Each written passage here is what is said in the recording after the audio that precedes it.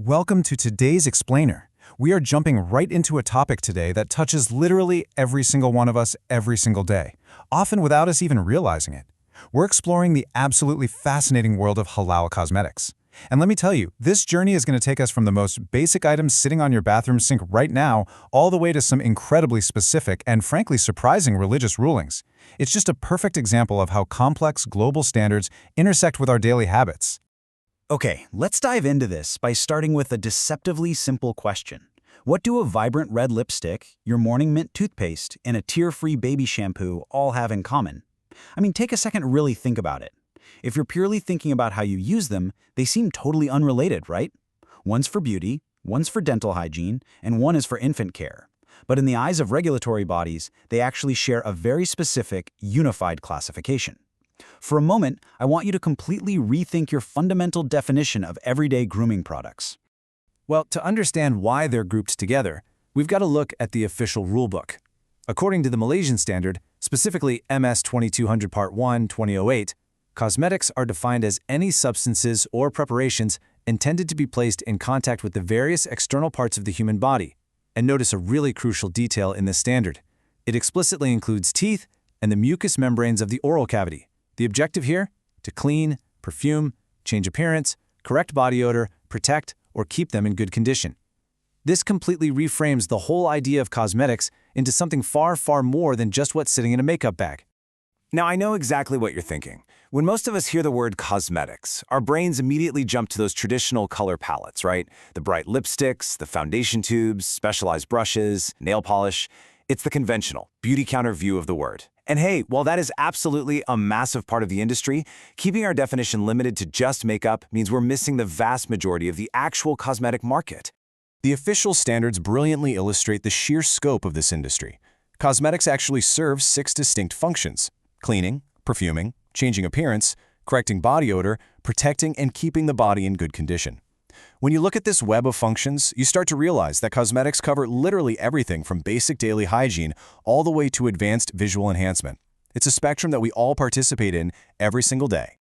To make this even clearer, let's think about how the industry typically classifies these products based on usage. We've got skincare and color cosmetics, which, we naturally expect. But notice the inclusion of bath products and, most interestingly, baby products. That's right, even the ultra-mild wash or the baby wipes you'd use for a toddler fall strictly under the official classification of a cosmetic product. Look at how this builds as the classification expands even further into body care, oral care, perfume, and hair care. This means everyday items like your morning toothpaste or your deodorant involve using strictly regulated cosmetics. Now, why does all this matter? Well, if you're a consumer who requires your products to be halal, that requirement doesn't just stop at your food. It applies to your toothpaste, your shampoo, and yes, your child's bathwash. So, the absolutely crucial point here is that to regulate this massive, diverse range of products, there needs to be a highly rigorous framework. This brings us right to the Malaysian standard MS 2634 2019 for halal cosmetics. This standard shifts our focus entirely. It lays out the strict guidelines required for all these daily products to be officially certified halal.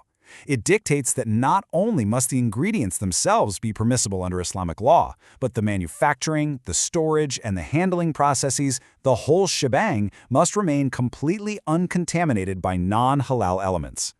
Now, what's really fascinating is seeing how these broad standards actually apply to real-world ingredients. Take an actual ruling from the official eSMAF portal, which is the Electronic Fatwa Information System from JAKIM in Malaysia.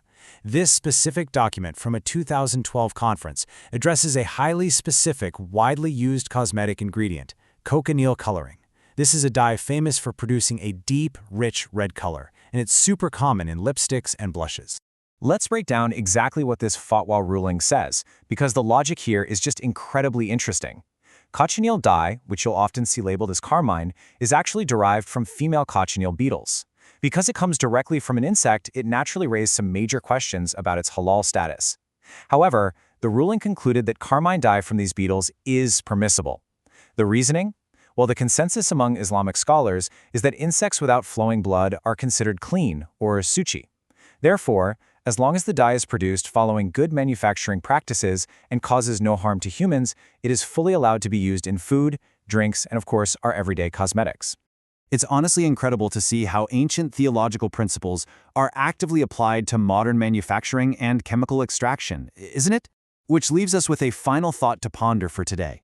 Armed with this brand new understanding of how broad the term cosmetics truly is and the rigorous standards required for halal certification, are you going to look at the ingredients in your everyday bathroom routine a bit differently now? The next time you pick up a red lipstick or maybe even a strawberry toothpaste, will you find yourself checking the label, specifically keeping an eye out for carmine? Thank you so much for joining me on this explainer, and I highly encourage you to go take a closer look at your own bathroom cabinet today. Catch you next time.